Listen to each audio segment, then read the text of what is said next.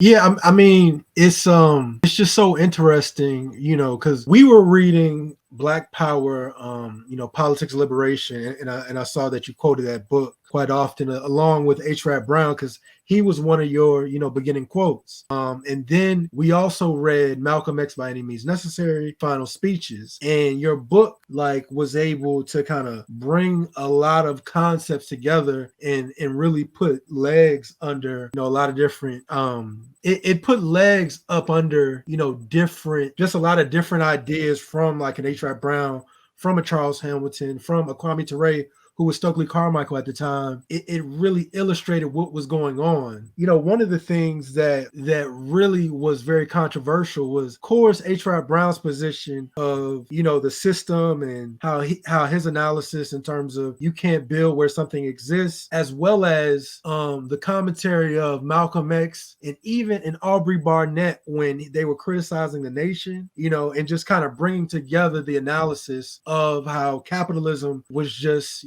very exploitative, and just, looking at your beginning quotes, it started to kind of really illustrate what was going on, because for so long we're peddled this black self-help mythology that simply doesn't exist. And I think one thing that really was kind of driven home was not only when I read your book for a second time, but was when I began to study what was happening with kind of the neo-black elite, as well as what was happening with a lot of churches, as well as, the nation, and seeing that your analysis went even further than the initial group of people you were talking about. Kind of it's everything that you said on steroids now. So now, instead of having a lot of the black competent leaders that were around at your time, now we're getting like some of the worst demagogues and scammers that are running our political movements. So I think your work is more relevant now than ever, in my opinion, because I mean, right now, to even have an analysis like yours is looked at as like obscene. But when you look at what's actually happening versus the propaganda, it's just unbelievable, because like everything that you're saying, I can have 10 examples for every analysis you have of a particular group, of a particular institution. It's really a timeless work, to say the least. Christopher, well, a couple of things. Let's go from the 1970s to today. Let's connect some dots based on what you're saying. What's different now than 50, a little bit over 50 years ago, when you had the big emphasis on the so many blacks at the top, the black upper class, the black elite. We use the term black elite then. Um, Talking about building up wealth. What do we hear today? We hear from a lot of people in the black community, forget civil rights, forget political action, create wealth. That's all we hear.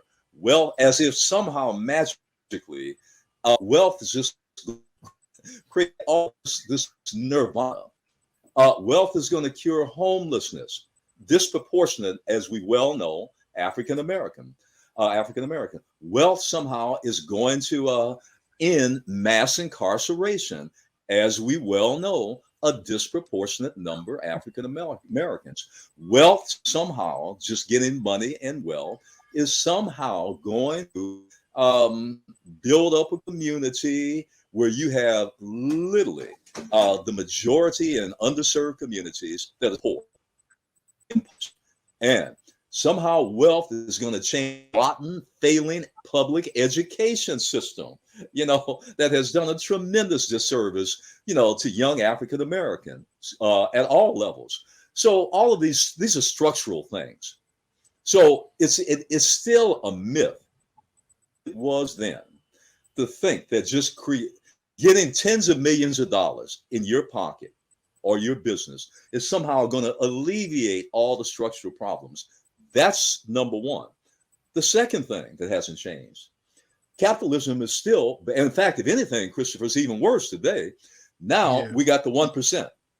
By that, I mean, right, the wealth is concentrated even more so than in 1970, is concentrated among fewer and fewer in major super corporations and major banks in Wall Street. Remember, in 1970, you still despite everything, even though obviously the economy wasn't what it was, what it wasn't then, what it is now, you still have had more of a leveling among blacks in terms of their status. You know, you had to follow that. We're not denying that. You didn't have this great wealth gap within our community and other communities in 1970.